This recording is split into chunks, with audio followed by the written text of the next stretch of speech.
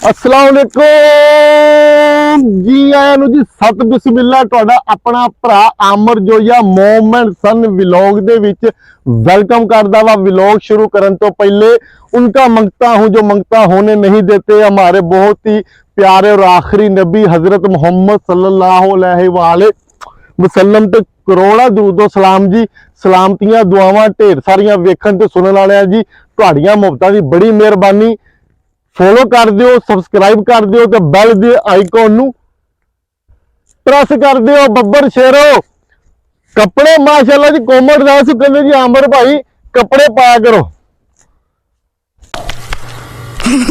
हाँ जी है ना चसके लगता कि नहीं पता तुहाडा वीरा किहो जिहा लगदा वा कॉमेंट से दसना। अच्छा जी अज आपां करनी है बजाई ते दुआ करना कि अपना ट्रैक्टर भी सही हो जाए जी। इत्थे अपना पिंड था वा, इत्थे वंगारां ते काम चल जांदा भी। आपां भी किसी दा मिंतरला कीता है जी, वो अपनी वंगार कढेगा इंशाअल्लाह। वो आएगा कि आप बजाई करने उस तो बाद फिर आप भी अपने बब्बर शेर 385 मैसी नूं मेरा वीर नहाउने आ, नहा के फ्रैश करने आ। उनकी भी तबीयत उनके तो तुहाडा बब्बर शेर सिद्धू मूसेवाले दे गाने ला के ब्याह करेगा इंशाअल्लाह। दुआ करना अल्लाह पाक मैनू भी कामयाबियां देवे ढेर सारियां। तो दूजा जट बहादुर ने जी कीता जे जवानों नंबर बंद ਉਹਨੂੰ ਜਾ ਕੇ ਵੇਖਨੇ ਆ कि जवान ने कीता की अवाड़ा हुंजिया कि नहीं, डंगरां नूं पट्ठे पाए ने कि नहीं। जे अज उन्हें डंगरां नूं पट्ठे पाए होए वाड़ा सोने ने हुंजिया होया ਆਪਾਂ ਅੱਜ ਨੂੰ ਦਿਆਂਗੇ ਦਾਵਤ। ਉਹਨੂੰ ਪਿਆਵਾਂਗੇ ਇੱਕ ਬੋਤਲ ਨਾਲ ਲੈ ਕੇ ਦੇ ਦਿੰਨੇ ਆ ਸੀਟਾਂ ਦੀ ਡੱਬੀ ਤੇ ਨਾਲ ਉਹਨੂੰ ਖਵਾਉਣੇ ਆ ਬਿਸਕਟ। ਬਣੇ ਰਹਿਣਾ ਮੇਰੇ ਨਾਲ। अलहमदुलिल्लाह जी माशाल्लाह बड़ा सोहना काम जवान ने किया वा बब्बर शेर ने। मैं तुहानूं विखाउणा वा माशाल्लाह मज्झां अपणियां दा भी ढिड भरिया वा, सफाई भी होई आ। सियाणे सही कहंदे ने जी मुहब्बत इखलाक प्यार वाकई ही इंसान नूं बदल दिंदा वा। यार कॉमेंट्स कर दिया करो अच्छे अच्छे, फॉलो भी कर लो सानूं, सबसक्राइब भी कर लो। हाँ मैं तुहानूं विखाउणा वा की व्यू हैगा हवेली दा जी। माशाल्लाह अपने आ देखो डंगर ने माशाल्लाह जी रज्जे खलोते आ सफाई भी अपनी होई आ। अपने पट्ठे ने जी। अच्छा आप जवान नूं वेखने आ कि जवान हुण की काम कर रहा वा ते कित्थे आ बब्बर शेर जट बहादुर अपना आ जी अपना जा वा। हाँ भाई हेलो कर दे रहा, hello hello hello hello hello hello जवाना बाहर आ जरा, बाहर आ करी। हाँ ते इत्थे हुण की करना है? बत्ती ने बड़े परेशान आ। बत्तियां ला के ला गया ने। कौन ला के लै गया?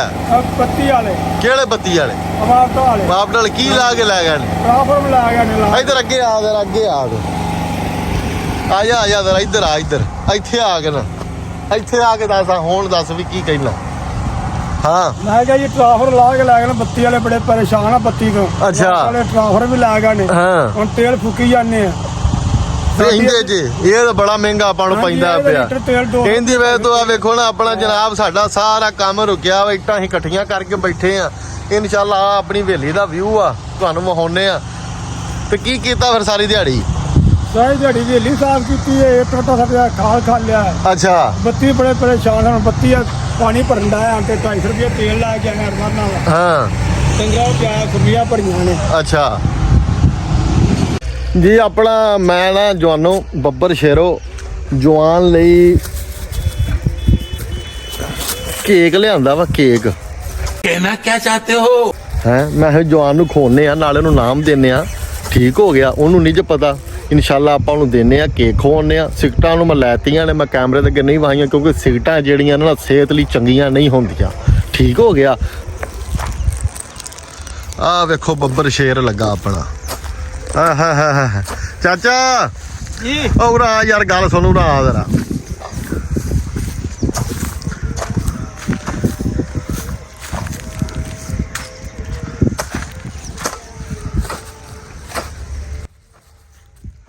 चाचा आ जा भी आ जा जवाना आ जा इधरले पासे आ जरा, इधर आ, इधर इत्थे आ जरा। हा लो जी बब्बर शेरा आ फाड़ी यार, फड़ फड़ फड़ फड़ फड़ खा भी खा।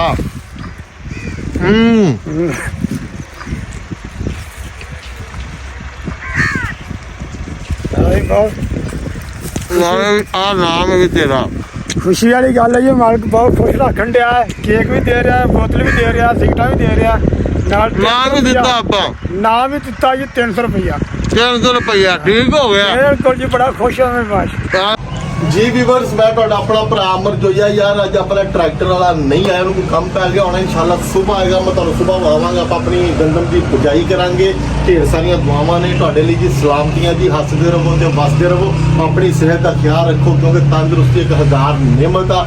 ਭਰਾ ਦੀ ਕੋਈ ਗੱਲ ਮਾੜੀ ਲੱਗੀ ਹੋਵੇ ਯਾਰ, ਛੋਟਾ ਜਾਂ ਵੱਡਾ ਭਰਾ ਸਮਝ ਕੇ ਦਿਲ ਨਾਲ ਲਾਉਣਾ, ਕਿਉਂਕਿ ਤੁਹਾਡੇ ਪਿਆਰ ਦੀ ਬੜੀ ਲੋੜ ਆ। ਪੈਰ ਪੈਰ ਤੇ ਪਲ ਪਲ ਮੇਰੇ ਚੈਨਲ ਨੂੰ ਸਬਸਕ੍ਰਾਈਬ ਕਰ ਦਿਓ, ਫੋਲੋ ਕਰ ਦਿਓ, ਬੈਲ ਦੇ ਆਈਕਨ ਨੂੰ ਪ੍ਰੈਸ ਕਰ ਦਿਓ। ਤੁਹਾਡਾ ਆਪਣਾ ਭਰਾ ਅਮਰ ਜੋਈਆ।